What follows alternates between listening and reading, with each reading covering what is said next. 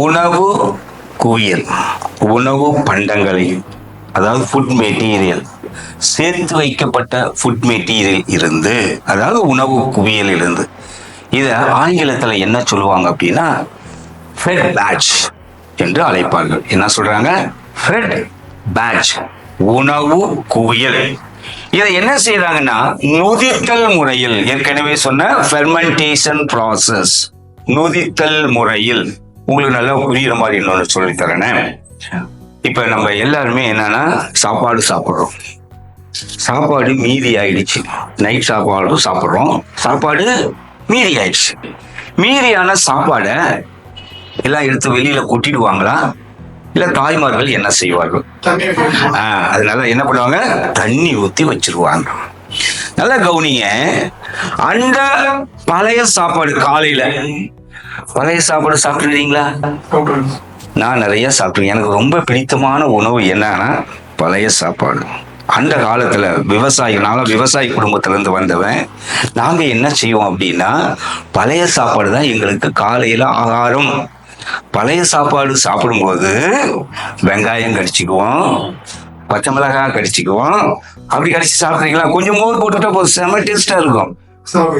நல்லா கவனி. அப்ப அந்த பழைய சாப்பாடு, அதாவது நேற்று வடிச்ச அந்த சாப்பாடுடைய டேஸ்ட் வேற, அடுத்த நாள் காலையில தண்ணி ஊற்றி சாப்பிட்ற டேஸ்ட் வேற. அடுத்த நாள் காலையில சாப்பிடுறது எப்படி இருக்குன்னா கொஞ்சம் புளிப்பா இருக்கும். இதுக்கு பேர் தான் தமிழ்ல நொதித்தல்.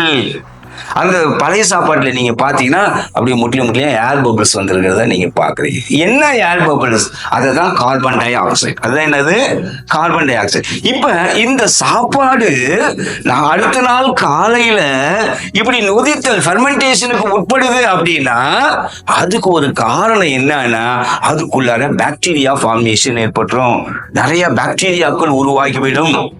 அந்த பாக்டீரியா தான் என்ன பண்ணுதுன்னா இந்த ஃபெர்மெண்டேஷன், அதாவது நொதித்தல் முறையில் செயல்படும் போது இந்த பழைய அந்த நேற்று வடிச்ச அந்த சாதமானது அடுத்த நாள் காலையில நொதித்தல் முறைக்கு உட்பட்டு அதுல அதிகமான அளவு விட்டமின் B12 உருவாக்கிவிடும்.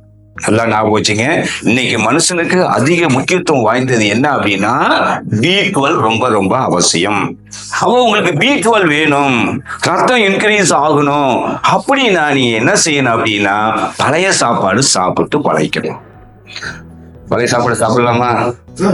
ரைட். அதனால பழைய சாப்பாடு சாப்பிட்டீங்கன்னா B12. அதே போலதான் பாருங்க, உங்களுக்கு இந்த B12 இதெல்லாம் இன்க்ரீஸ் ஆகிறதுக்கு தான் இந்த உணவு குவியல், ஆங்கிலத்துல ஃபெட் பேட்ச், நொதித்தல் முறையில் ஃபெர்மெண்டேஷன் ப்ராசஸ்ல தொடர்ச்சியாக அது சில வேற விதமான உணவு பொருள் அதுல என்ன பண்ணாங்க சர்க்கரையை சேர்த்துக்கிட்டே இருப்பாங்க. என்ன செய்வாங்க? சர்க்கரையை சேர்ப்பாங்க. ஏன் அந்த நொதித்தல் முறையில் உணவு குவியல்ல அடிக்கடி சர்க்கரை ஏன் சேர்க்கப்படுகிறது அப்படின்னு பார்த்தீங்கன்னா உங்களுக்கு சரியான ஆன்சர் நொதிகளை தூய்மைப்படுத்த. என்னது? நொதிகளை தூய்மைப்படுத்த. அதாவது சில நொதிகள் என்னன்னாக்க நீங்க பார்த்தீங்கன்னா அதை என்சைம் என்று சொல்வார்கள். என்சைம், ஆங்கிலத்துல என்சைம்.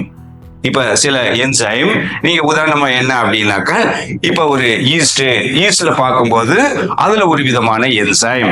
இப்ப சர்க்கரையை பயன்படுத்தும் போது ஈஸ்ட்ல இருந்து உருவாக்கக்கூடியது, பாக்டீரியாவில இருந்து உருவாக்கக்கூடிய சில என்சைம்கள் இதில் பயன்படுத்தப்படுகிறது, உருவாக்கப்படுகிறது.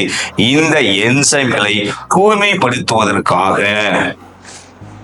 இந்த சர்க்கரை சேர்க்கப்படுகிறது. தூய்மைப்படுத்துவதாக என்ன சேர்க்கப்படுகிறது? சர்க்கரை சேர்ப்பாங்க. அப்ப அதுக்காக சர்க்கரை சேர்ப்பாங்க இந்த ஃபெட் பேட்ச் ப்ராசஸ்ல. ஓகேவா? அப்ப இதுக்கு சரியான ஆன்சர் நொதிகளை தூய்மைப்படுத்த சர்க்கரை சேர்க்கப்படுகிறது. ஓகேவா? அதுக்கு அடுத்த கொஸ்டினை பார்ப்போம்.